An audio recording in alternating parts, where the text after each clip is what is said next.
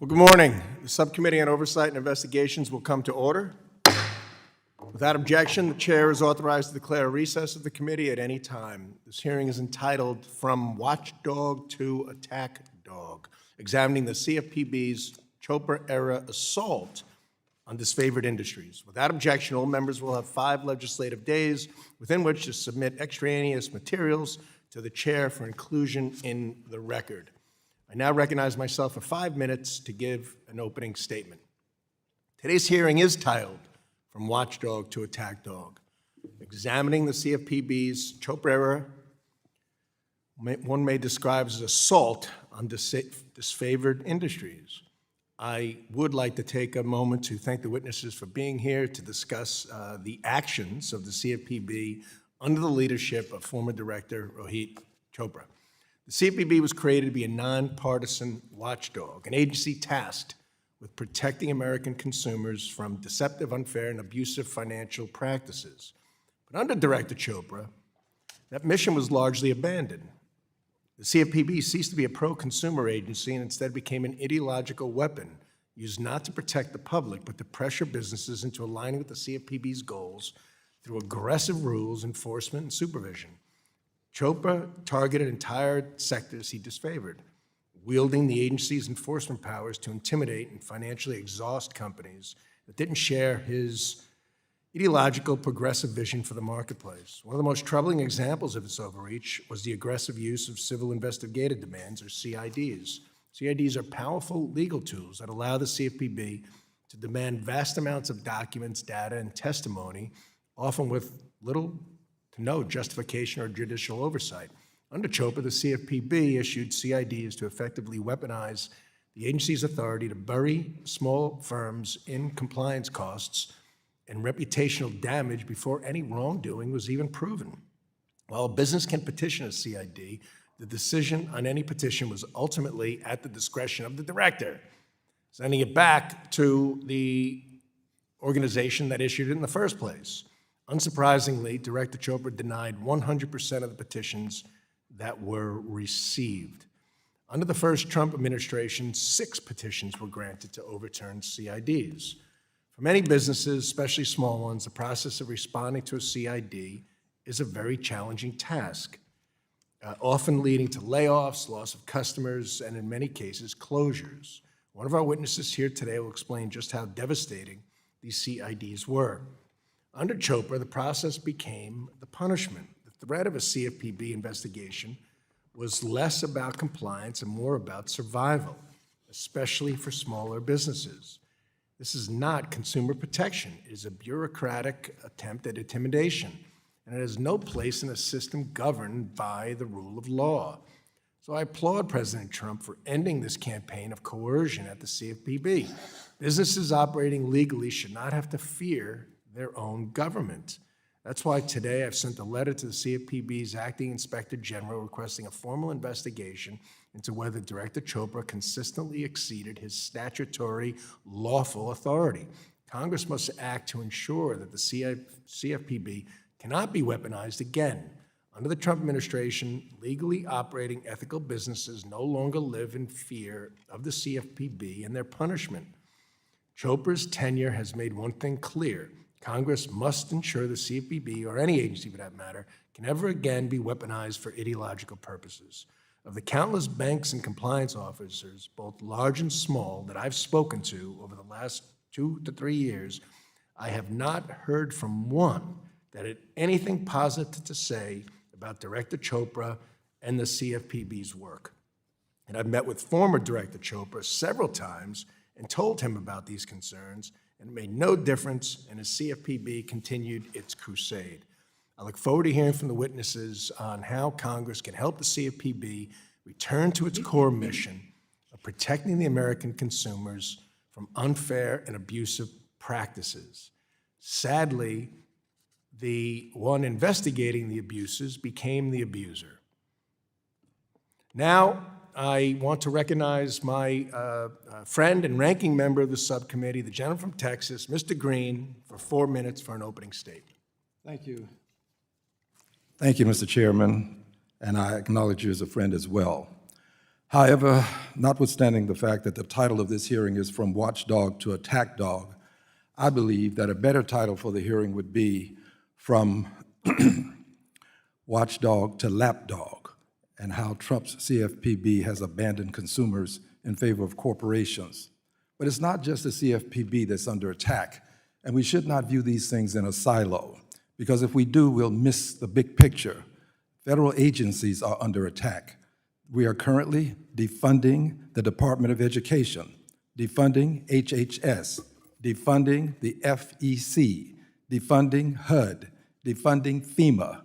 With all of these agencies under attack, we should understand that there's an effort afoot not only to defund the CFPB, which is, of course, being done, but also to literally remove from these agencies dollars, so that these dollars can go to the pockets of the very wealthy in this country. And it's not just from these agencies. The very essence of a country is the ability for its citizens to have good health care. We're removing dollars from health care so that persons who are very wealthy can have more money in their pockets. We seem to believe in this country that the poor can do more with less, but the wealthy need more to do more. This is an abomination. And I believe that Trump's CFPB has not only stopped initiating new investigations into abuses into the financial industry, it also has discontinued examinations that are ongoing from Director Chopra's CFPB. Most alarmingly, Trump's CFPB has taken the unprecedented step of rescinding settlements with companies that the CFPB had negotiated following investigations into consumer harm. In April, Trump's CFPB announced a wide-scale reduction in force affecting 90% of the agency's staff. That 90% of agency staff cuts will benefit persons who are very wealthy. We have this administration seems to believe that you can take from the needy to support the greedy. I'm not with that. I believe that this country has been built upon the foundation of agencies that are helping people. The CFPB is at the very core of this, and we have to do what we can to protect consumers. We don't want the CFPB to become the agency for the financial institutions. It was for consumers. It has now become an institution that is going to protect financial institutions from consumers that are under attack. This is unimaginable. And finally, I want to mention something else as we move to closure. Something has happened today that I can't believe. The Trump administration has indicated that they will sue all 15 federal judges in Maryland over an order that the court issued, those courts issued. Rather than appeal the cases, the Trump administration is now suing the judges who rendered the decisions. We've already heard the administration indicate that it would want to have judges impeached for decisions that it disagrees with. This administration is out of control. This administration is causing the demise of democracy to take place before our very eyes, and we have to stop it. We cannot allow American democracy to become authoritarianism with an authoritarian president. I yield back the balance of my time. The gentleman yields. The chair recognizes the ranking member of the full committee, Ms. Waters, for 1 minute. Thank you. Today, my colleagues on the other side of the aisle are holding yet another hearing to attack the Consumer Financial Protection Bureau under former Director Chopra's leadership for fulfilling his duties to protect consumers. That Consumer Financial Protection Bureau returned $21 billion to harmed consumers. On the other hand, under Trump's leadership, the agency has abandoned American consumers and the dedicated public servants who protect them. I'm once again calling on Chairman Hill to bring Acting Director Vaught before this committee to explain the Trump administration's unlawful efforts to delete the Consumer Financial Protection Bureau and fire 90% of its workers. Where is the accountability, Mr. Chairman? Unfortunately, for consumers who broadly support having a strong federal watchdog protecting them from financial ripoffs, this Republican-led Congress is not providing it. Mr. Green, I join you in my outrage and disgust at this administration. They're trying to wear us out, and they're almost doing it. And of course, none of the members on the opposite side of the aisle are willing to stand up to Gentlelady's time has expired. stop this mess. I don't know if I'll stop or not. Gentlelady is out of order. We will now move to witness testimony. Today, we welcome the testimony of Mr. James Kim. Mr. Kim is a partner at Cooley, LLP, where he advises clients on compliance with federal and state consumer financial laws and regulations. Previously, Mr. Kim was a senior enforcement attorney at the CFPB. Mr. Kim holds a bachelor's degree from Brown University and a JD from Cornell University. We also have with us Ms. Jennifer Bassett. Ms. Bassett is the Chief Executive Officer of Pacific Rim Alliance Corporation, where she served for 17 years in several leadership roles. She also serves on the board of INFIN, a national trade group for consumer financial services, and CFSP, a California-based trade association. Ms. Bassett earned her bachelor's degree in mathematics from the University of Texas. We also have with us Mr. Devin Watkins. Mr. Watkins is an attorney at the Competitive Enterprises Institute, where he evaluates regulations and develops strategies to curb overregulation. He holds a computer science degree from Stevens Institute of Technology and a JD from George Mason University's Antonin Scalia Law School. And with us is Ms. Morgan Harper. Ms. Harper is the Director of Policy and Advocacy at the American Economic Liberties Project. Ms. Harper holds a JD from Stanford University, Stanford Law School, my apologies, a master's degree in public affairs from Princeton, and an undergraduate degree from Tufts. So thank you all very much for being with us. My apologies. Each of you will be recognized for 5 minutes to give an oral presentation of your testimony. Without objection, your written statements will be made part of the record. Mr. Kim, you are now recognized for 5 minutes for your oral remarks. Thank you, sir. Chairman Muser, Ranking Member Green, and members of the subcommittee, thank you for inviting me to testify today. My name is James Kim. I'm a partner at the law firm Cooley. I am presenting my own views today and not those of my firm or any of its clients. The CFPB has a critical mission to protect American consumers, and I believe in that mission. That's why I joined the Bureau in 2012 as one of the first enforcement attorneys in the New York regional office. Between working at the CFPB for 2 years and spending the last 11 years in private practice working on matters involving the Bureau, I've been immersed in agency matters over 3 different administrations. There's no question the CFPB over the years has strengthened consumer protections since its inception. But some of the Bureau's actions during the past administration exceeded the boundaries of the laws and rules that it enforces. Notably, the CFPB issued interpretive rules, guidance documents, and advisory opinions that supposedly interpreted or clarified federal consumer financial laws, but in reality sought to change the substance of those statutes and rules.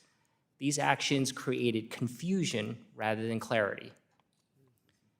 It started enforcement investigations and filed lawsuits to create new compliance requirements rather than go through the public notice and comment rulemaking process mandated by the Administrative Procedure Act. This unilateral approach deprived stakeholders, including other federal agencies, state lawmakers, and state regulators from participating in policy discussions directly impacting their jurisdictions.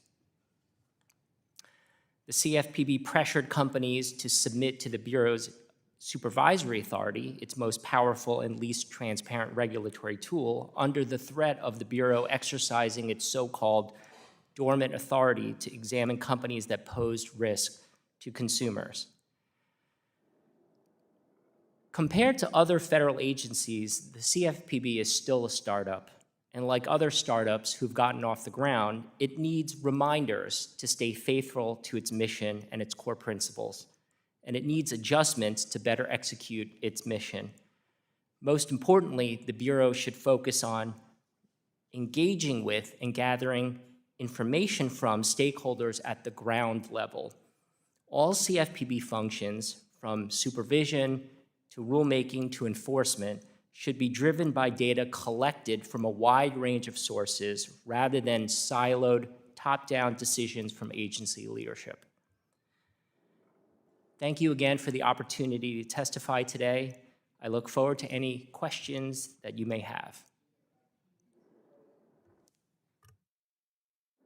Back, Ms. Bassett, you are now recognized for 5 minutes for your oral remarks.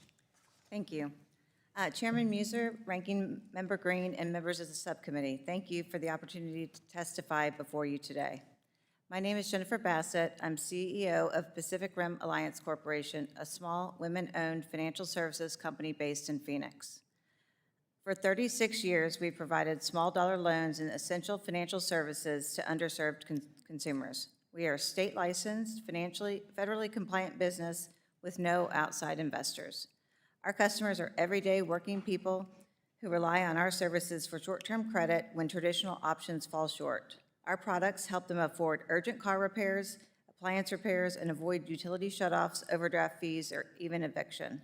I'm here today because our business, along with others in the small dollar lending sector, were designated for enforcement by the CFPB under Director Chopra's leadership. The CFPB pressured our small compliant business to the brink, not because of any proven wrongdoing, but due to a bias against our industry. We are a small company that is getting smaller. Since the start of this targeted enforcement campaign, we have closed 35% of our locations and laid off a third of our staff. We currently operate 30 branches across 5 states and employ 80 people. At some of our lower performing locations, as they approached lease renewals, we were forced to make difficult decisions, including closing branches we had successfully operated for over 25 years. Rather than reinvesting to improve underperforming branches, we had to divert resources, both financial and human, to comply with burdensome demands by the CFPB.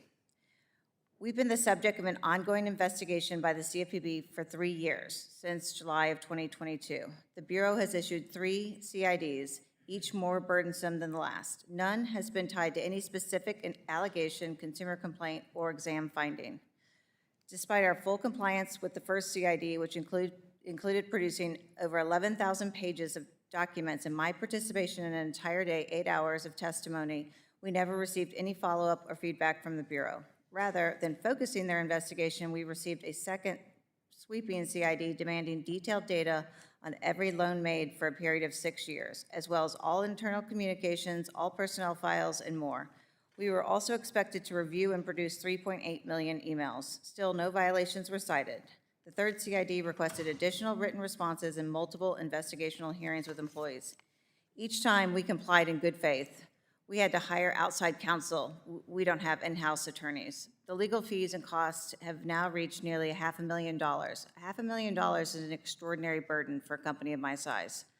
We petitioned the Bureau twice for relief. Both petitions were denied by the very agency that issued the demands. There is no neutral arbiter, no check on the Bureau's authority. Director Chopra served as the judge, jury, and executioner. Even worse, after submitting confidential financial data to support the tremendous strain we were under in our first petition, the CFPB published our sensitive business and financial information while redacting their own most aggressive CID demands. This kind of selective transparency has a chilling effect on participation and intimidates businesses. We have a history of working cooperatively with the CFPB. We underwent full, lengthy examinations in 2015 and 2018 with no violations of law, 0 fines, and no penalties. We suspect we were targeted in part because I participated in the 2015 Sabrifa panel for the CFPB's small dollar lending rule. When that rule was deemed unworkable and largely rescinded, Chopra's Bureau shifted tactics, regulating not through rulemaking, but through enforcement. Multiple small lenders like us were hit with nearly identical CIDs. This wasn't a company-specific investigation. It was an intimidation campaign against our industry. Director Chopra has claimed that the Bureau was focused on large participants and repeat offenders. But our experience tells a different story. We are neither large nor a repeat offender, yet we've been hammered, our reputation damaged, and our ability to serve customers weakened. This is not how regulatory oversight should function in America. Enforcement should be targeted, fair, and transparent, not arbitrary or punishing. The current CID process lacks procedural safeguards. That is why I urge the subcommittee to support real, meaningful reforms to this process, including supporting the bipartisan CID Reform Act. The CFPB should be a watchdog, not an attack dog. Thank you, and I look forward to your questions. Thank you, Ms. Bassett, for your testimony. We now recognize Mr. Watkins for 5 minutes for his remarks. Chairman Muser, Ranking Member Green, and members of the subcommittee, I appreciate the opportunity to speak to you today. My name is Devin Watkins. I'm an attorney at the Competitive Enterprise Institute. CEI has advocated for nearly 40 years for a more accountable government rather than bureaucratic control so that people can live freer, healthier, and more prosperous lives. 2 years ago, I testified before this committee to express serious concern about the structure and conduct of the Consumer Financial Protection Bureau. I proposed reforms to the CFPB, and shortly after my testimony, the Supreme Court granted review in Jarchese, and last year agreed with me that jury-free administrative trials for the imposition of fines, like those used by the CFPB, are unconstitutional. The absence of a reform I proposed that rules clearly define unlawful actions before enforcement led to the abuses I will discuss today. Regulatory enforcement abuse like that occurred at the CFPB is just another form of prosecutorial abuse. A normal prosecutor waits for a potential victim, examines the evidence to see if a well-known violation of law occurred, and then brings enforcement to protect that specific victim. The problem occurs when prosecutors follow the old Soviet saying, "Show me the man and I'll show you the crime." That chilling phrase reflects a regime where law is not a constraint on power, but a tool of it, where the decision of who to investigate comes first and the legal justifications follow later, where the government doesn't apply well-known rules, it invents them for the occasion. Sadly, this has become the reality of too many businesses facing CFPB enforcement actions. Let me illustrate with 3 concrete examples. Consider the case of Comerica Bank, which CFPB sought to penalize over consumer call wait times. I know the CFPB regulates banks, but there's no law or CFPB rule stating how long is too long for a wait time. The agency simply declared that the wait time was too long and sought to retroactively punish Comerica for violating the new rules. John Locke described freedom as having a standing rule to live by, not to be subject to the inconstant, uncertain, unknown, arbitrary will of another man. If a company cannot know in advance what conduct it will be punished for, that is not regulation, it is an ambush. A second example involves Acoma, Snap Finance, and the broader rent-to-own industry. Such rent-to-own leases were not previously treated as credit, but one day the Bureau simply announced they were now subject to its authority as credit products. And then in violation of the ex post facto prohibitions, or at least the spirit thereof, the CFPB fined companies for transactions that occurred before the new interpretation was announced. Lastly, Townstone Financial is a small Chicago mortgage company. The CFPB didn't go after Townstone for denying anyone a loan. There were no consumer complaints. So what was CFPB's issue? Townstone's owner, Barry Sterner, had a weekend radio talk show. On the radio talk show, Mr. Sterner expressed concern about crime in urban neighborhoods. CFPB targeted Townstone Financial for his protected speech. The CFPB then destroyed his business by claiming complaints about neighborhood crime on the radio were really disguised attempts to dissuade minority applicants for mortgages. Facing a mountain of fines, and after 7 years and spending $1 million to defend itself, Townstone was offered a settlement for $105,000. That might sound big, but it is less than it would cost to hire a private attorney to fight those charges in court.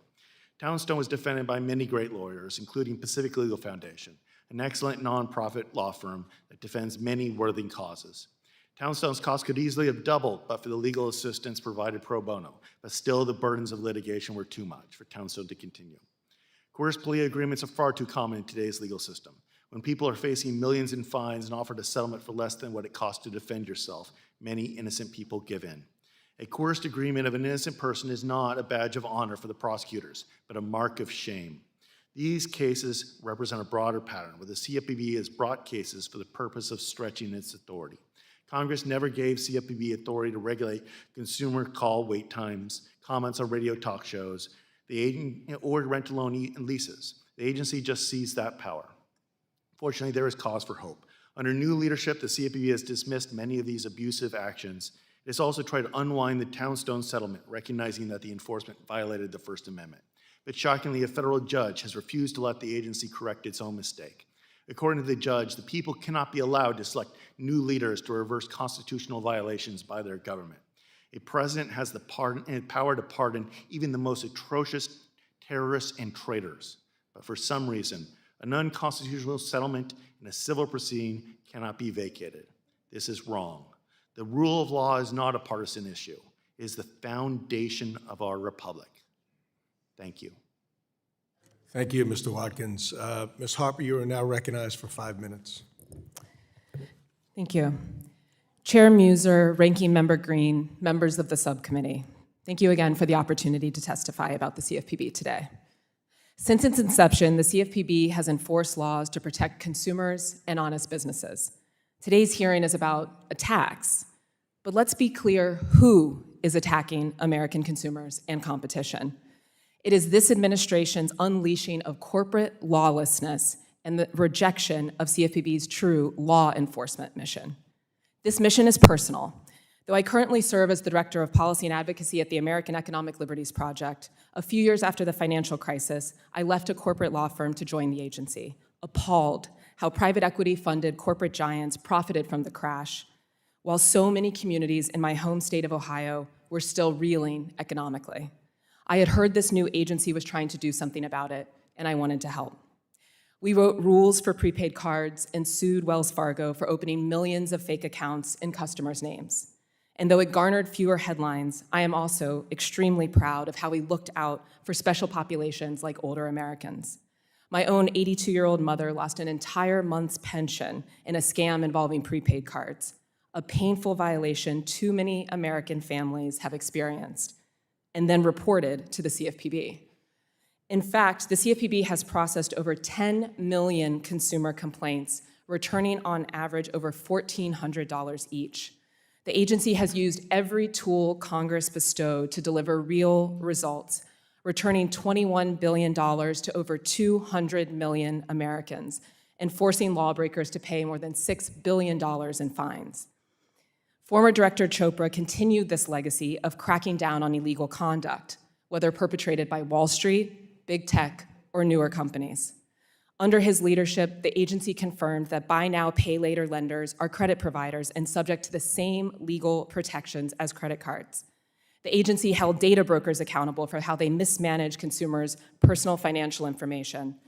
And through the open banking rule, the CFPB expanded consumer access to financial data, to their own financial data, allowing companies of all sizes to compete.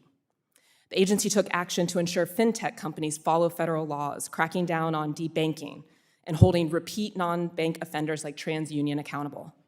Chopra's CFPB also did not shy away from suing big guys like Bank of America, Apple, and Goldman Sachs for numerous violations. Acting Director Russell Vogt, however, has veered dangerously off this course since assuming his role in February. He has taken a sledgehammer to the agency's enforcement function. The CFPB has dismissed or withdrawn more than half of its pending cases with no explanation. Talk about arbitrary. And many of these were permanently dismissed. Vogt is letting JP Morgan, Wells Fargo, and Bank of America off the hook for $870 million in fraud on the Zelle platform and dropping a case against Capital One for cheating consumers out of $2 billion in interest payments. It comes as no surprise that both JP Morgan and Capital One donated to the president's inauguration fund. The current administration, CFPB, has not just handed out corporate pardons to their friends on Wall Street, but also reversed course on already negotiated settlements, robbing consumers blind. Chopra's CFPB ordered Toyota to pay $60 million for illegally raising borrowers' monthly car payments. Last month, Trump's CFPB inexplicably terminated the agreement. It's again of note that Toyota donated $1 million to the president's inauguration. And as Americans continue to manage increased costs, the current CFPB, along with the congressional majority, has rolled back rules that would limit junk fees, including overdraft and credit card late fees. Estimates suggest Vogt and Trump's rollbacks have already cost Americans $18 billion, almost as much as CFPB has returned to the public since opening its doors. In the background of this destructive policymaking are CFPB employees in limbo, punished for working to prevent any American family from experiencing the pain of being cheated, scammed, or made homeless by a faceless corporation that doesn't give a damn. After the worst financial crisis since the Great Depression, Congress created the CFPB to ensure, quote, all consumers have access to financial products and services, and that markets are fair, transparent, and competitive. Chopra CFPB fulfilled this congressional mandate to protect American consumers, mitigate risk to our financial system, and enforce the rule of law without fear or favor. It's a mission 82% of Americans, including 77% of Republicans, support.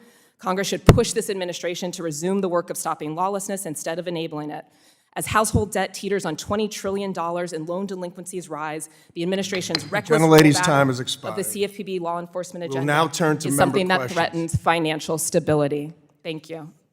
Gentlelady's time has expired. Please follow the rules. We'll now turn to member questions. The chair now recognizes himself for 5 minutes.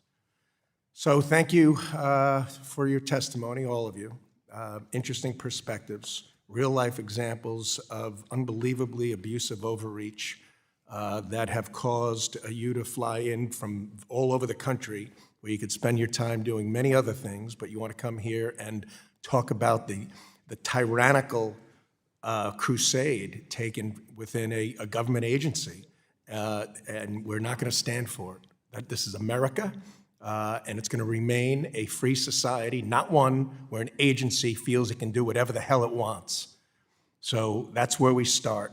So, Mr. Kim, in your view, was the Bureau's primary mission to protect consumers through even-handed enforcement of clear rules? Was that pretty much? Yes, sir. Yes, sir?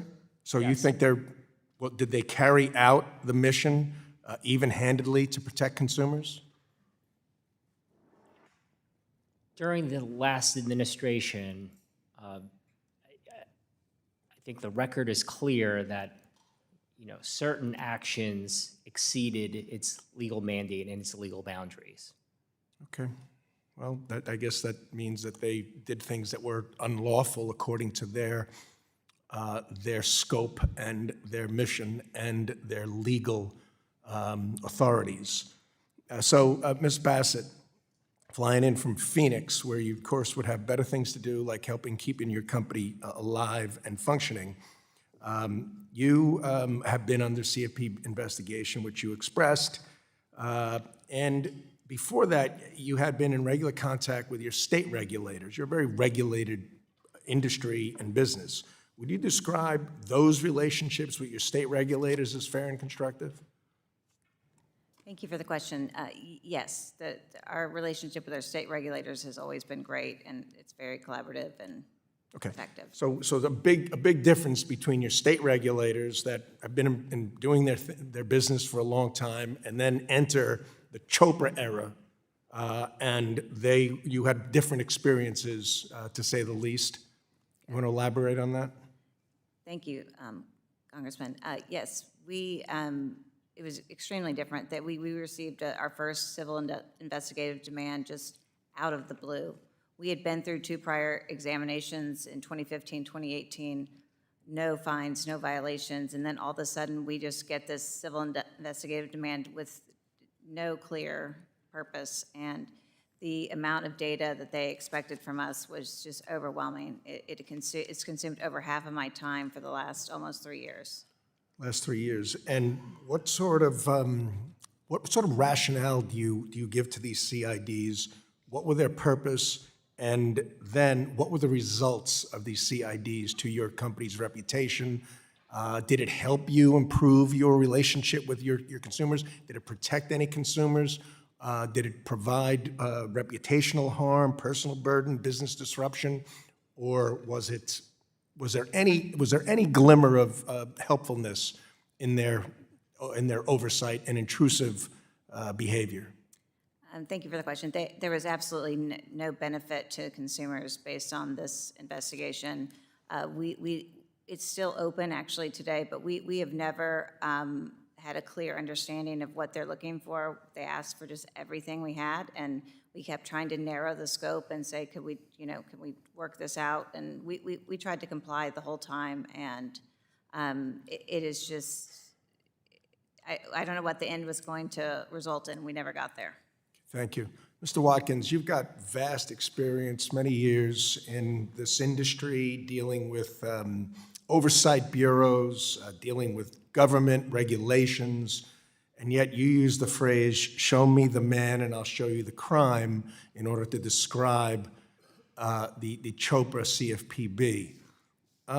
So you obviously believe that these tactics that were being used with the CID and everything else were overly aggressive.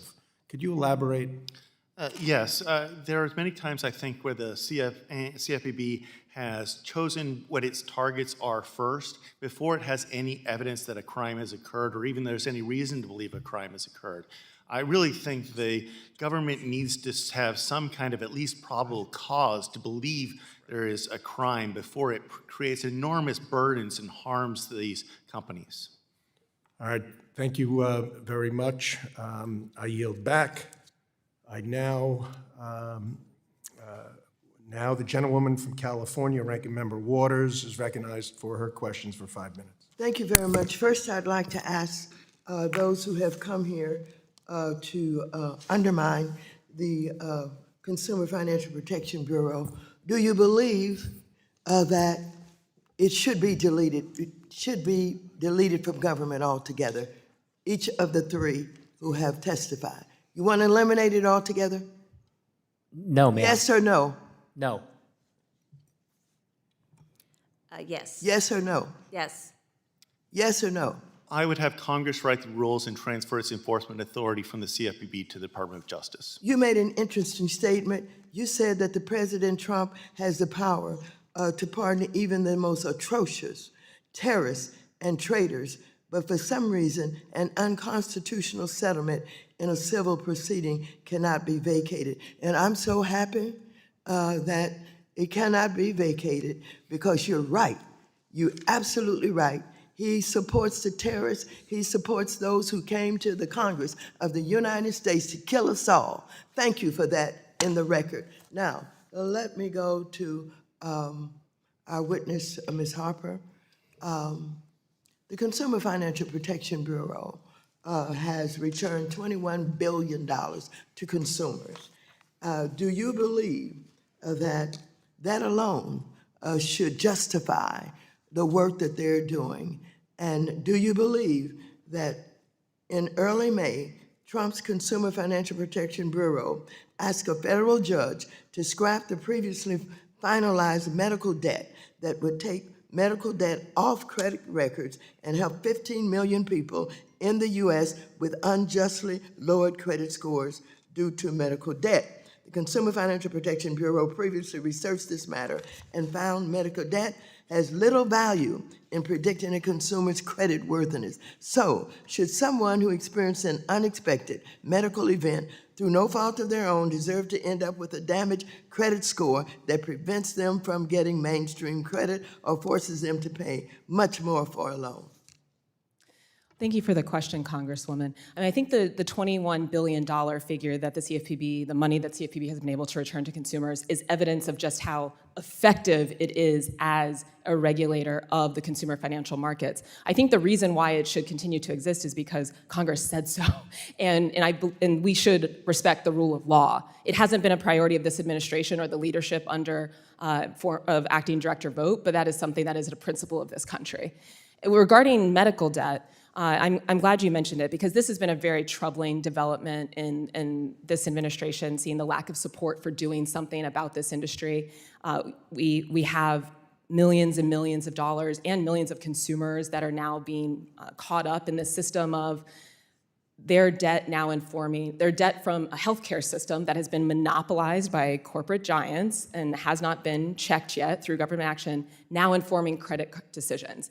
And really what the result of this could be, and a question that this committee needs to be asking itself is, do we want a system where a healthcare giant like United Health Group is now determining who gets mortgages in this country, whether you get a credit card. That's the end result of this kind of reckless decision-making from this administration and not supporting the medical debt rule, which would address some of the abuses that have been happening in that industry. Thank you very, very much. You know that the chairman here today talked about rules, follow the rules. He even made that point when he talked to you. Do you know and understand that the Consumer Financial Protection Bureau director should be brought, according to the rules, before this committee every 6 months, and it has not been done? Why do you think they didn't follow the rules? Well, it's a great point, because yes, that is an obligation that has not been fulfilled. I think it's very interesting for all of us as panelists to share our views on different consumer financial protection policies, but the elephant in the room is there's a guy that's in charge of that right now. His name is Russell Vought, and he should be here at this hearing explaining some of his decision-making. I mean, I'd also like to come back to this Townstone case, because following the rules, well, we had in that case a Republican judge who agreed with the settlement that had been negotiated by the CFPB, a panel of judges that also were Republican appointed that agreed to it, and then this administration that's saying, oh no, don't worry, we no longer care whether fair lending laws have been violated. Follow the rules? What are we talking about? Wow, it couldn't be better stated. What are we talking about? I guess I'll yield back to time so he can continue with this hearing. All right, thank you. Mr. Chairman, if I I yield might have back. a minute. The time has expired. We will now, the chair now recognizes the gentleman from Georgia, Mr. Loudermilk, for 5 minutes. Thank you, Mr. Chairman. Before I start with my questions, Mr. Watkins, I'll yield a little time for you to respond. I just wanted to correct the record. I did not say the current president supported terrorists and traitors. I was talking about any president's power, whether that is Biden, Obama, or any president to pardon terrorists and traitors. Such abuse of people being given a second chance, civil penalties should also fall under the same provisions. Thank you, Mr. Watkins. This is, we're claiming my time. This is my time. Mr. Kim. In your opinion, did the Chopra-era CFPB target companies outside the financial services industry through enforcement actions? Yes, sir, and I believe Mr. Watkins touched upon a few examples. One public one is the rent-to-own industry. It's not new. It's been around for decades. About 46 states have rent-to-own specific laws and regulations. It's also policed by the Federal Trade Commission. It's clear in the law that it's not an extension of credit under the Bureau's jurisdiction, but the CFPB under the past administration brought multiple enforcement actions and lawsuits against that industry. And it took that industry 4 years, or the companies involved, 4 years to be vindicated with a dismissal in federal court with a decision by a district court judge, not a dismissal by the Bureau. So it was dismissed by the judicial branch that there was nothing to the accusation. How many millions of dollars were spent defending that? I don't know, and I can't say, but like I said, it took several years to get that vindication. And the industry obviously suffered, but would it not be the consumer who ended up really bearing the costs of those actions? I presume so. Companies tend to pass on costs to end users if there are costs imposed on them. So that wasn't a whole lot of protection of consumer finances, was it? Not that I'm aware of, especially Okay. when states can police that industry. Right. Mr. Watkins, did any Chopra-era CFPB regulations undermine other federal or state regulators' existing regulatory authority? Yes, commercial bank that I was talking about, they were directly regulated under the oversight of the financial services of the Department of Treasury. The CFPB went after them in some sense because they thought that the Treasury Department wasn't being aggressive enough. Okay. Ms. Bassett, how would you describe your engagement with the CFPB's team in terms of your request to modify the various CIDs, the civil investigative, I'm forgetting the term. Yeah, thank you. The various CIDs they served on you, and making those requests, you weren't trying to hide anything, were you? Thank you for the question, Congressman.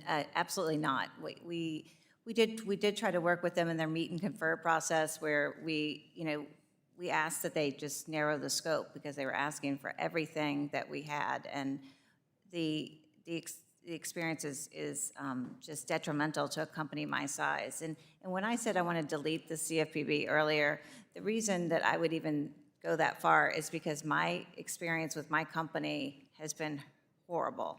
It has really hurt our company and our reputation. I've been through examinations with them with no issues, but that was also so time-consuming and crazy when we already are state-regulated and examined by our states all the time. So Thank you. the CIDs we're talking about are civil investigative demands. Yes. These are demands on your company that you have to respond, whether you're guilty of anything or not, or they're not even accusing you of anything. No, they were not. They issued these CIDs to at least 4 or 5 companies in our industry with the exact same notification purpose and the exact same document request. So it wasn't company specific to me. So they had no probable cause. Correct. They're just fishing, It was a fishing expedition. which is a violation of the Fourth and Fifth Amendment of the Constitution. And so the Bureau's investigation of your company has taken 3 years. In that time, and to this day, were you ever told of a single violation of your company guilty of? You said no, No. correct? The gentleman's time has expired. Thank you, Mr. Chair. I yield. Gentleman yields. The chair now recognizes Mr. Liccardo of California for 5 minutes. Thank you, Mr. Chair. Thank you to our witnesses for coming to testify. Ms. Harper, I was very interested in your testimony, specifically about specific actions that were taken by CFPB, the Consumer Finance Protection Bureau, against companies that subsequently were dismissed. My understanding was in November of 2023, Toyota settled a $60 million illegal scheme that increased monthly car loan payments on consumers. You indicated Toyota was a contributor to President Trump, is that right? Yes, And how much? $1 million, I believe. And in May of 2025, the consent order that Toyota agreed to was actually terminated by the administration, is that right? Yes. Is there much precedent for an administration terminating a consent order that the opposing corporation actually agreed to? No, I think it's fairly safe to say that what we're seeing from the current CFPB led by Acting Director Vogt is beyond any normal parameters of what we would expect from a financial regulator. And do we know anything about the $48 million that was supposed to be returned by Toyota to consumers? In terms of? That consent order, was any of that money actually returned? No, I don't think a dollar has been returned yet. So when I said in my opening testimony that this is really robbing consumers blind, this is money that should have been going back to consumers who were harmed, and especially in this period where we know that the American public is facing so many challenges around the cost of living. It's really inexplicable to be adding to that burden and preventing consumers from getting more money. And the last thing I would add is, and these are legal violations. This is a law enforcement agency. We should be all encouraging that. That should be a bipartisan issue. And the fact that it's not says a lot about who Russell Vogt wants to benefit in this administration. They're friends. Let's go to that in a moment. Bank of America and JP Morgan were both under investigation regarding the Zelle network, regarding a failure to reimburse customers that were defrauded by scam artists. And that action was taken to the CFPB. And what was the result of that action? Those are also among the cases that have been dismissed. And Bank of America contributed to Donald Trump in his inauguration, didn't they? Yes, Was it $500,000? I believe so. And JP Morgan, another $1 million? Yes. And Capital One, the evidence from the CFPB indicated they may have cheated customers out of as much as $2 billion. How was it that Capital One engaged in that fraud? Yeah, so what was happening in that case was that Capital One was signing consumers up for accounts that they said were going to be high-yield interest accounts, that consumers, by putting their money in those accounts through interest payments, would be able to earn some additional money. And instead of actually doing that, they were keeping them in lower-yield accounts and not telling them. And so again, just another example of straight up taking money away from people in this country that need it more than ever. And especially when we're looking at an institution like Capital One, talk about repeat offender, long litany of legal violations. And that's why it was also very disconcerting to see from this administration that they greenlit the Capital One Discover merger that's only going to increase Capital One's market power and make it really difficult for small businesses and consumers to get ahead. And Ms. Harper, Capital One contributed $1 million to Trump's inauguration. Also true. And what happened as a result to the CFPB case? They got their case dismissed. I am puzzled as to why we're having this hearing. As we were watching the defunding of the financial police happening over the last several months and weeks, all I have heard is criticism of whatever happened in the last administration. And I'm sure there's plenty of criticism that's legitimate against the last administration. I don't understand why we're still spending time on whatever happened in the last administration when we know what's happening under this administration is so corrupt and so clearly undermining the interests of every American consumer. I hope that our next hearing is going to actually focus on protecting American consumers and what we can do now and prospectively with a CFPB that has been utterly gutted as the Republicans continue to defund the financial police. I yield. Gentleman yields. The chair now recognizes Mr. Haradopoulos from Florida for 5 minutes for his questions. Well, thank you, Mr. Chairman. I appreciate this conversation, and it's one that's been having way too often in the idea of that this previous administration seemed to pick winners and losers over and over again.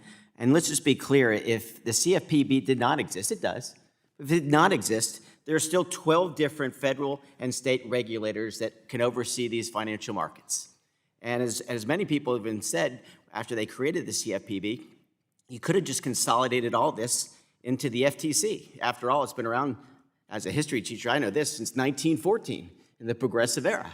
And so let's make sure that this is not some Wild West we're talking about here. There are 12 different agencies that oversee these type of things. But what we have heard consistently in this very committee, and as both Mr. Moore and I are new members, is that this agency was playing politics. And that's the frustration I think we're going through, is that they would pick on folks who they necessarily didn't like, and they would run them into the ground, run up expenses, and make it very hard for them to compete in an increasingly competitive world. And so I'm glad to see we're having conversations like this. And let's also be clear that the U.S. Supreme Court aggressively told the CFPB that they violated the 7th Amendment. That was a recent Supreme Court decision. And now all we're asking is saying, hey, CFPB, would you mind following the APA standards? That's a good idea, so we can actually know what the rule book is. Because in this committee, we've heard over and over again, it's the reason why our chairman, Mr. Hill, has been so effective. He was saying with things like cryptocurrency and the blockchain, let's make sure we know who is actually going to regulate it, so out-of-control regulators don't get to pick winners and losers. I think that's a common sense thing to do. And so, Mr. Kim, let me ask you this with that premise. We saw the violations of the 7th Amendment. The Supreme Court ruled very clearly on that measure. What are we doing now, as I think that our previous questioner asked, what are we talking about in the future? I can't go in the past either, folks. Let's talk about the future. What can we do so we don't have these fishing expeditions and these people don't pick winners and losers before they even get into the game? What have they done to make sure this doesn't happen again? If we're looking forward, I think the guidelines and rules are clear, and you've referred to them. There's the Administrative Procedure Act. There are a host of requirements for public rulemaking through a transparent process. So I think that's that's your answer, sir, is that, Let me ask Mr. Watkins. rules are Mr. there. Watkins, I'd love to get your opinion. We need to do more. The APA is not sufficient here. We should require that any kind of civil investigative demand go before a judge to show that it is reasonable in its scope and that it's supported by probable cause, and allow the individual or business to dispute that before the judge, to ensure that these businesses are protected from these enormous burdens before they are forced to undertake them. And I'll just close with this, Mr. Chair. I want to thank Ms. Bass for coming in. These are not easy, and I know that these challenges you've had, and I appreciate your willingness to testify, because some people like to play games in retribution, and it's very much the wrong way to do things. And also, I mentioned, the last thing we want to do in this business is start getting into the discussion about who gave money to who. I mean, I think it diminishes the quality of the conversation we can have here. What I'm excited about is that we're taking a fresh look at whether it be the CFPB, whether it be how the FEC regulates or the CFTC regulates. That's, I think, the mission of our committee. And I'm glad to see that our chairman here has done a great job of bringing testimony forward, because I don't want to litigate fights in the past either. I want to move this country forward, and I'm glad to see that we're taking a fresh look about how we administer the APA, and how we're going to, when a company comes into play, they feel like they're going to have a fair umpire instead of someone coming in and picking winners and losers, which clearly some of the folks before were done. And I'm not here to litigate that, but I am here to litigate the idea that we are going to use this committee effectively, find out what the consumer is dealing with, and when they go before one of these huge federal administrative agencies, that they feel like they're going to get a fair shake and that the die has not already been cast. So, Mr. Chairman, I applaud this oversight meeting, and I think it's going to be very helpful as we move forward once we complete the work with Bitcoin, cryptocurrency, and other crypto-type measures. Thank you, Mr. Chairman, and I yield back. I thank the gentleman for his remarks. The gentleman yields back. I now recognize Ms. Williams from Georgia for 5 minutes. Thank you, Mr. Chairman. Y'all, as I prepared for this hearing, I was initially very excited because I thought maybe the hearing would focus on oversight of the CFPB, and I'd finally get an answer about all of the jobs lost and the consumer protection investigations that have been halted after my Republican colleagues stood by as the Trump administration has gutted the CFPB. But then I read the title, From Watchdog to Attack Dog. And I guess my Republican colleagues are right about something. They've consistently attacked the CFPB and consumer protection since I've arrived on this committee. No matter what the facts are, my colleagues on the other side of the aisle, they just want to continue to attack the CFPB under the guise of accountability. Well, here are the facts. Congress has already placed conditions on the CFPB to ensure that it's accountable. Now we just need the Trump administration to follow the law, which seems to be a pretty high bar in this administration. The CFPB director is required to testify before this committee twice a year. We haven't had that first hearing yet, y'all, and it's almost July. But it might have something to do with we still don't have a permanent director at the CFPB. It's a shame that we're here today to help my Republican colleagues feel like they care about accountability with the sham of a hearing when we could and should be focused on consumer protections. But let's be real. This hearing isn't about making the CFPB work better. House Republicans are just hurt that former Director Chopra prioritized the most important piece of our financial system, the consumer, and not their billionaire buddies. Despite how some of my colleagues feel, the work of the CFPB, well, the work that the CFPB did do before it was gutted, and we're still dealing with that, but it was imperative for my constituents in Atlanta, across the 5th District in Georgia, and across the country, in Democratic and Republican districts, because the CFPB is nonpartisan. Reducing excessive junk fees, that's nonpartisan. Relieving the burden of medical debt on consumer credit reports, that's nonpartisan. Combating housing discrimination and holding banks accountable for deceptive practices, that's nonpartisan. These are consumer protections. Are we really describing those actions as those of an attack dog? To me, those are actions that are all critical to the financial well-being of the American people. People that I fight for every single day in Congress. People who are seeing prices skyrocket under the Trump administration. People who already couldn't afford to buy a home, send their kids to college, or just get ahead because of years of my Republican colleagues blocking investments in people and communities who need them most. And with the Trump administration's lack of a consumer protection agenda, he's already turned the consumer's watchdog into a muzzled little puppy. In my district alone, according to the Student Borrower Protection Center's own data, the CFPB helped over 196,000 consumers find financial relief in Georgia's 5th District. That's not an attack dog, that's a watchdog for the people. So I want to take this time to help American consumers understand exactly what is happening now that we don't have a consumer watchdog. And I'll start with you, Ms. Harper. Ms. Harper, I understand that you used to work at the CFPB, and we thank you and your colleagues for your work and service on behalf of the American people. Georgia's 5th District is home to 13 higher ed institutions and the largest consortium of HBCUs in the nation. For many young consumers in my district, especially first-generation college students, they're taking out a loan for the first time to finance their education. Students may also be opening a bank account or getting a credit card for the first time on campus. And this makes students a very captive market for financial firms. Ms. Harper, how are students currently at risk of being targeted without protections from the CFPB? Thank you for the question. And yes, your point about being marketed when you're a young person. I mean, my brother fell into one of those traps. I fell into unfortunately. those traps. Yeah, and it used to be very bad before there was a cop on the beat.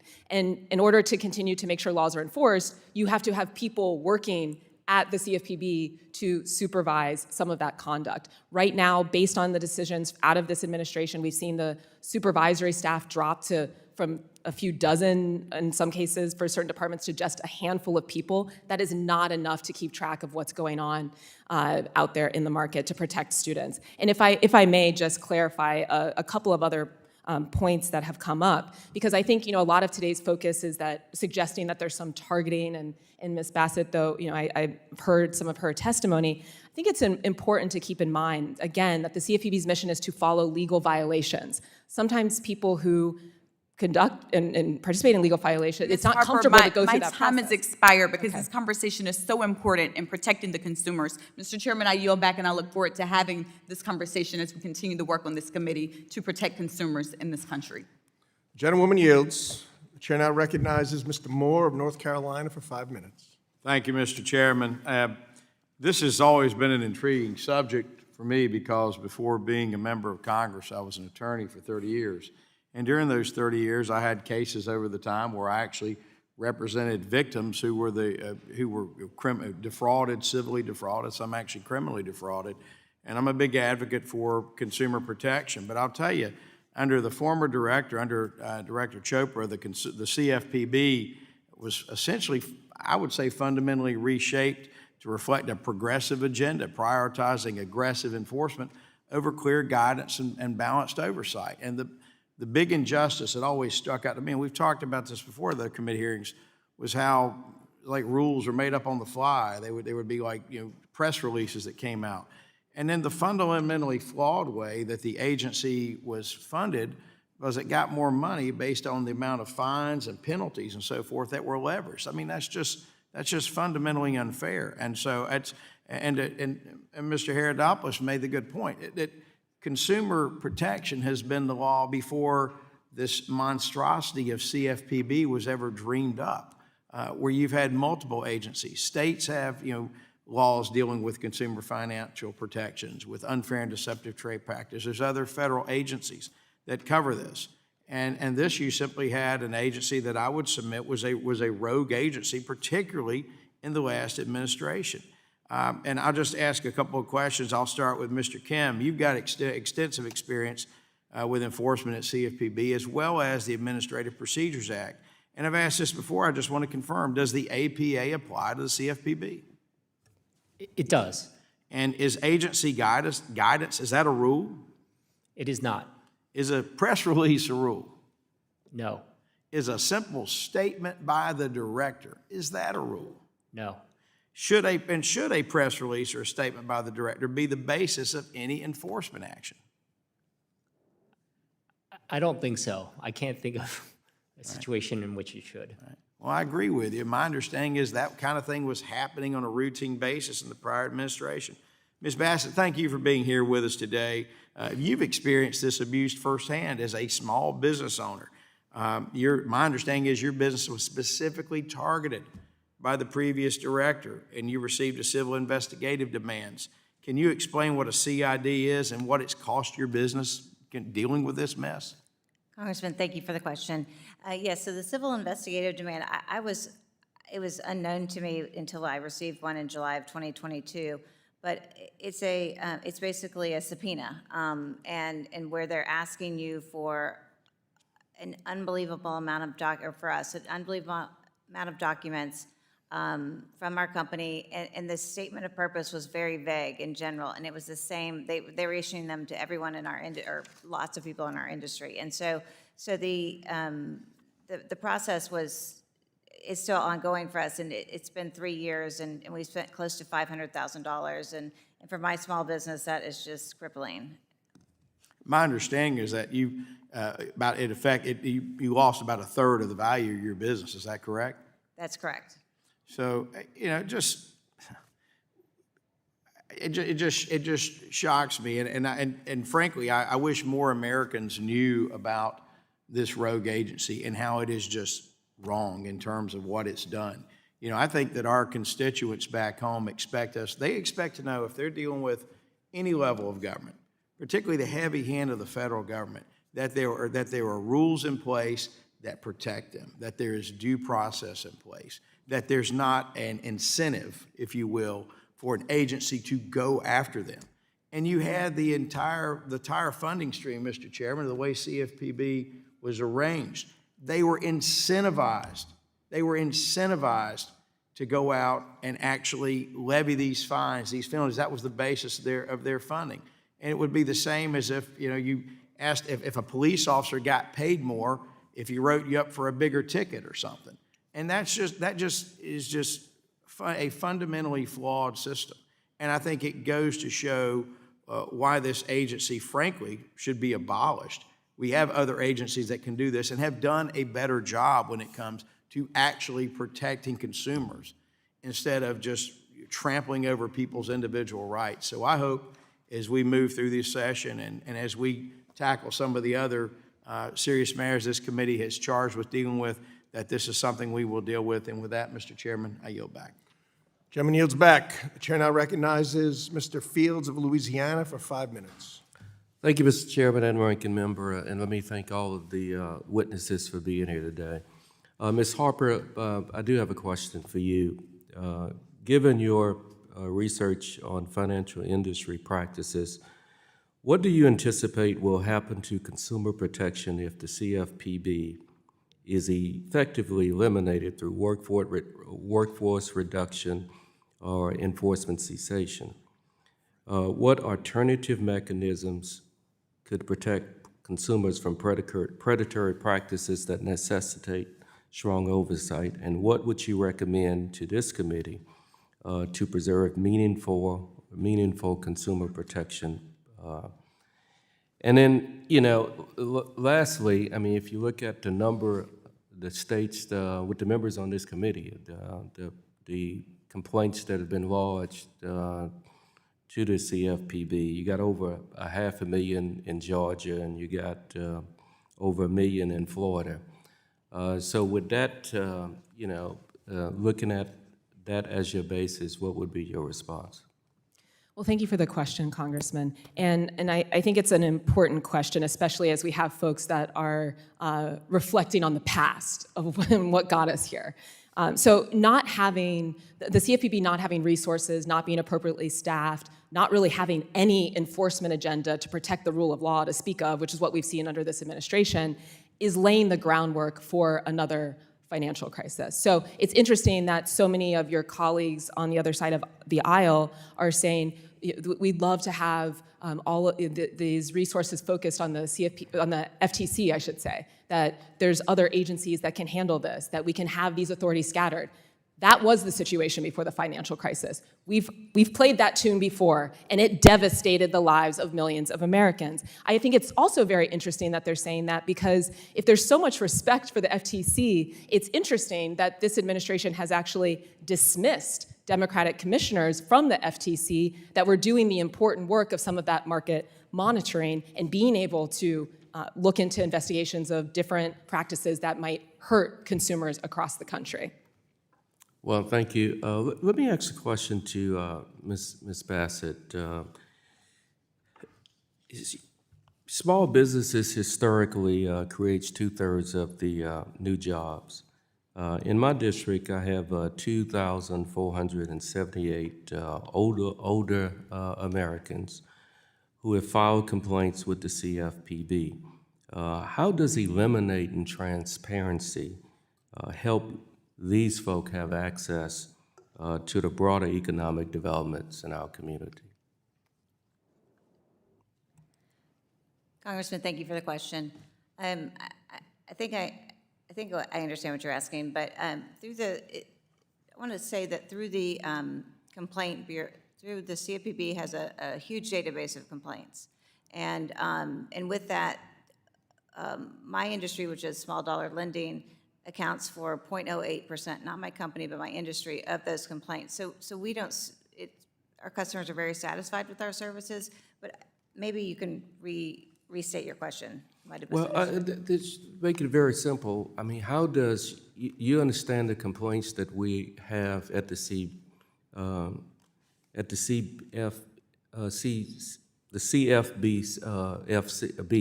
the Consumer Protection Bureau.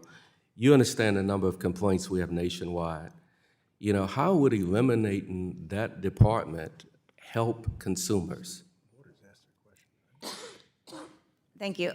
Well, as I said before, you know, when I stated that I wanted to, you know, I didn't believe in keeping the CFPB, a part of that is just my personal experience, which has just been, and for our industry, it's just been such an overreach, and it just seems like an out-of-control agency at times. Yeah, do you feel it serves any meaningful purpose? For me, no. I was never accused of any violation of law or consumer harm. Not for you, but for the consumer. I'm sorry, I don't really have a complete answer for that. I think, you know, again, like the other gentleman said, I think there are other agencies that are available to protect consumers. All right, name one in the financial industry. Well, we have our state agencies that regularly audit us and also take complaints in as well. So I believe that our states have done a great job. We've been in business for 36 years, and so I believe that the states do a great job. I yield back, Mr. Chairman. Chairman yields back. The chair now recognizes Ranking Member Green of Texas for 5 minutes. Thank you, Mr. Chairman. Thank the witnesses for testifying as well. And Ms. Harper, I especially want to thank you for your bold, brave, and brilliant testimony. You are a superior talent. BA from Tufts, JD from Stanford, MPA from Princeton, clerk for a federal judge, senior advisor to the director of the CFPB for some 3 years. You're a superior talent. And I must tell you something. I'm afraid for you. I'm afraid for you because of the vindictive nature that is permeating this society, emanating from the very top, from the President of the United States of America. There are some other people who would agree with me. I have in my hand statements from 25 current and former employees of the CFPB. I'd like to place them in the record, if I may, Mr. Chairman. Without objection. These 25 people have not allowed their names to be associated with these statements. They live in fear. These are former employees, not just the current. People who are no longer with the CFPB, afraid to be associated with the actions that they believe to be unfair and to some degree unlawful. We'll place this in the record. I'm afraid for you because I have in my hand an article styled "Trump Administration Sues All 15 Maryland Federal Judges Over Order Blocking Removal of Immigrants." Sued all 15 judges because he didn't like the decision. Where are we headed in this country? When we refuse to honor court orders. It's one thing for this to happen at some lower level by some lawyer. This is the President of the United States of America. He sets the tone and tenor for everything that happens in this country. I'm afraid for you. And I want you to know this. I'm going to stand with you. If you receive anything that causes you a good deal of consternation, causes some fear, I want you to contact my office. I am not among the pusillanimous politicians who are afraid to take a stand. I'm going to stand.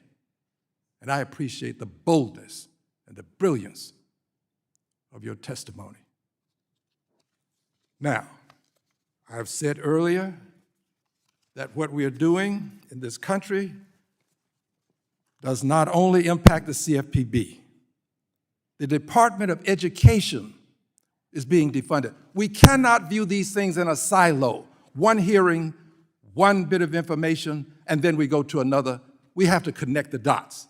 Let's connect the dots. Defunding the Department of Education, crippling the ability to help our nation's most vulnerable children.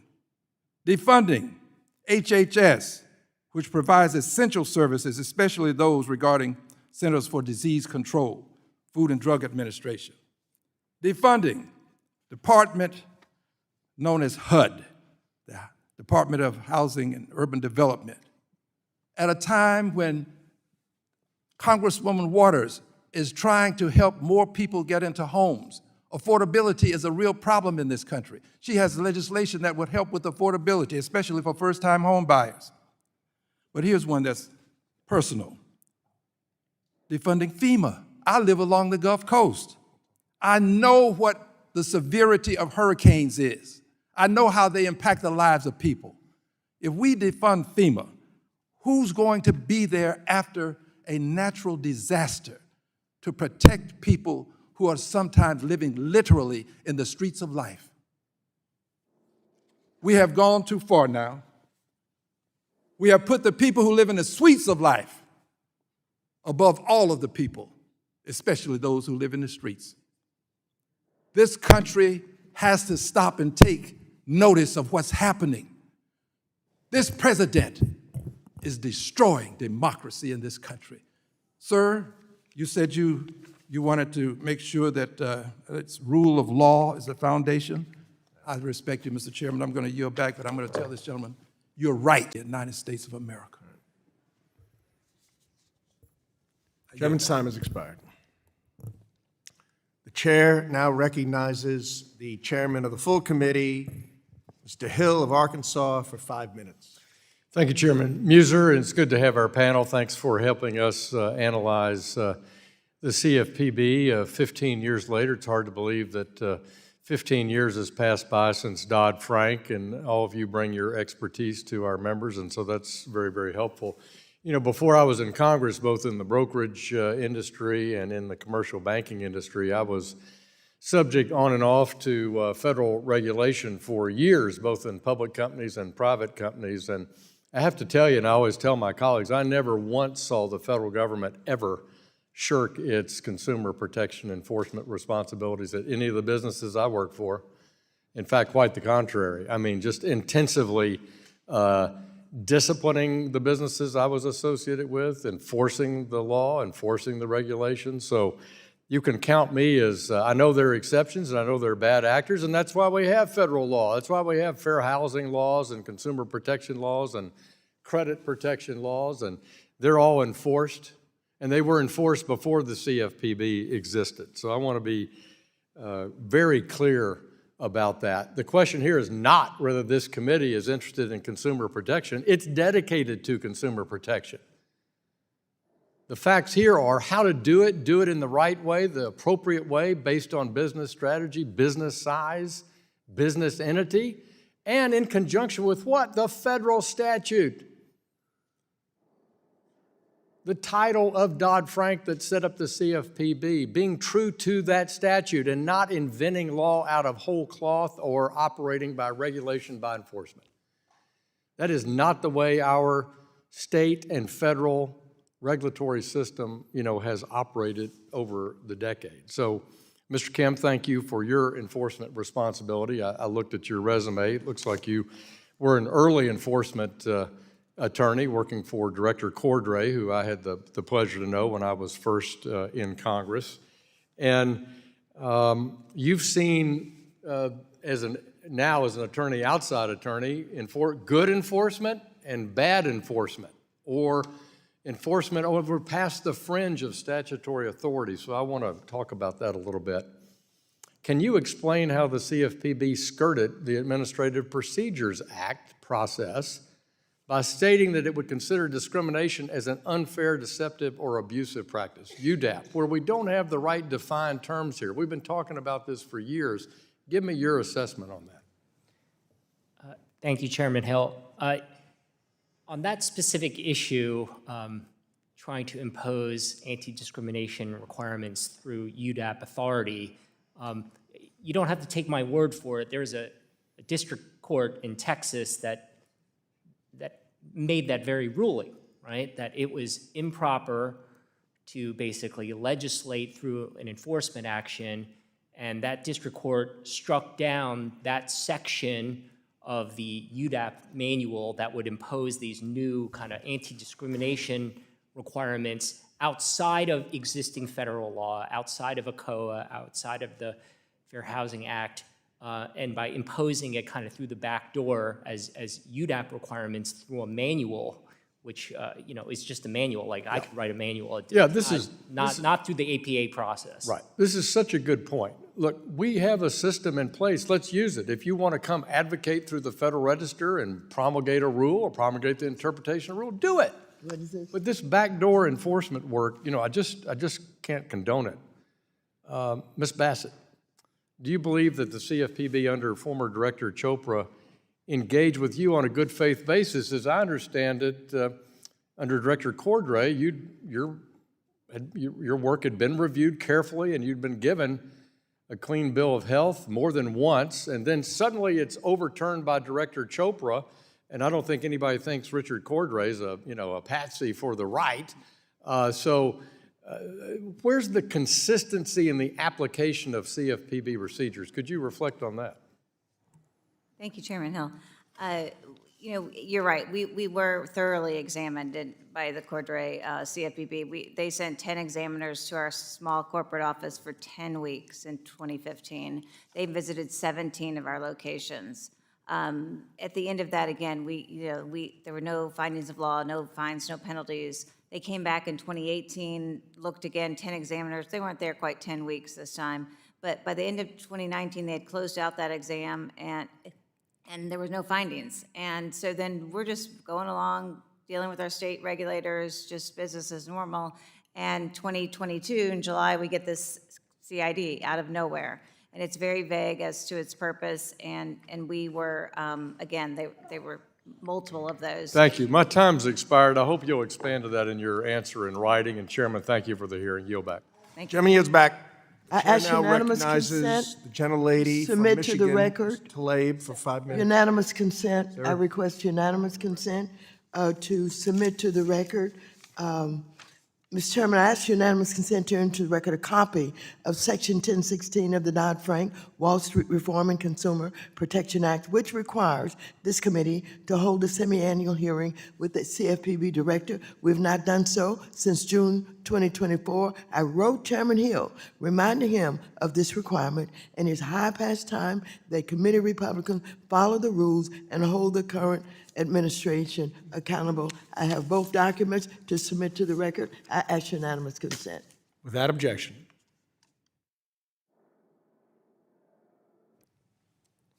Chair now recognizes Ms. Tlaib of Michigan for 5 minutes. Yeah, Mr. Kim, you're for-profit, right?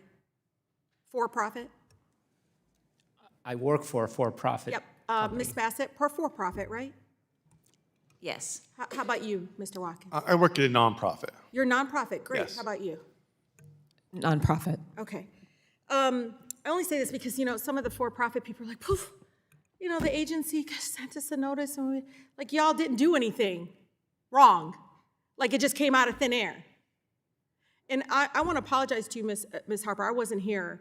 This institution, sometimes others, people that look like you and I, and try to dismiss us or silence us, and I apologize.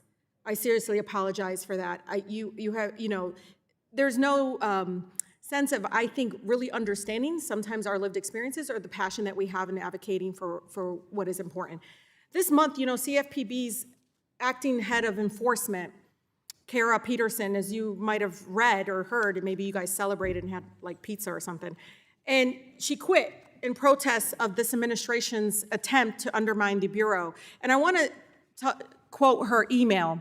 She said, quote, "Never before have I seen the ability to perform our core mission so under attack. It is clear," she said, "that the Bureau's current leadership has no intention to enforce the law in a meaningful way."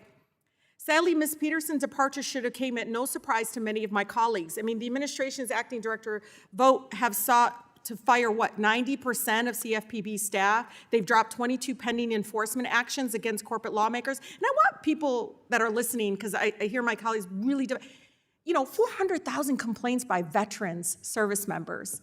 I know for a fact that the fraud and the schemes targeting the American people right now is rampant.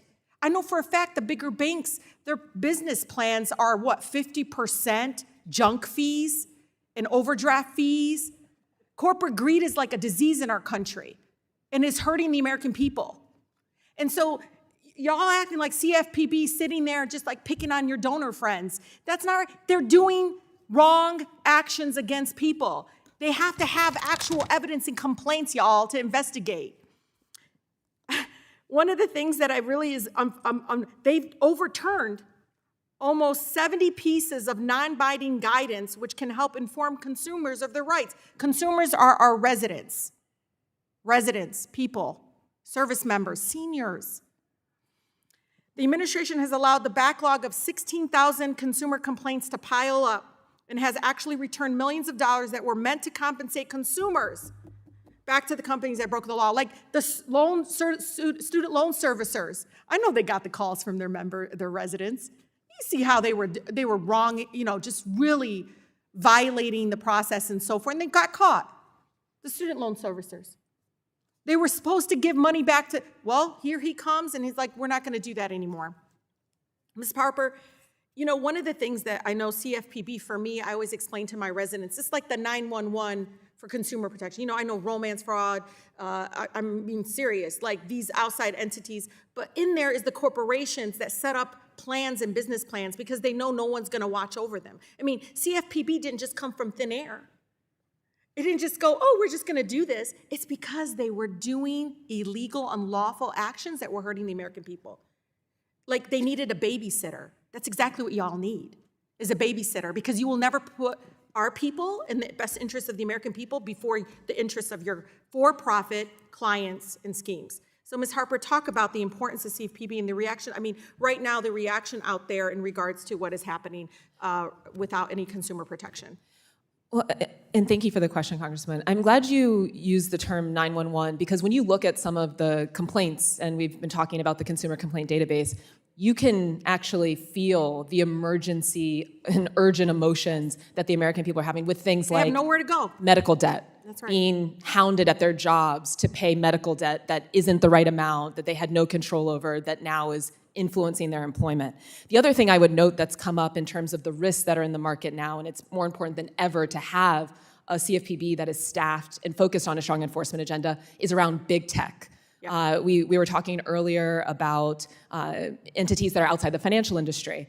Looking at big tech and how they are trying to move into payments, this is something the Chopra CFPB was trying to regulate and be able to have supervisory authority to see risk there.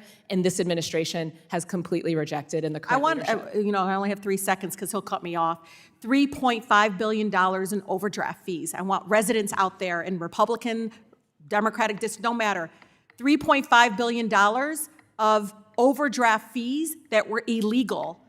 They've just let it go. We're not going to go ahead and enforce that. I just want the American people to know Ladies, exactly time what's has happening. expired.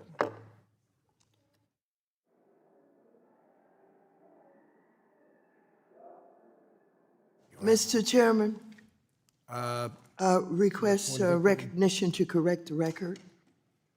Ladies recognized. I indicated that President Trump, based on the testimony of the... Madam Chairwoman, my apologies. Time has expired.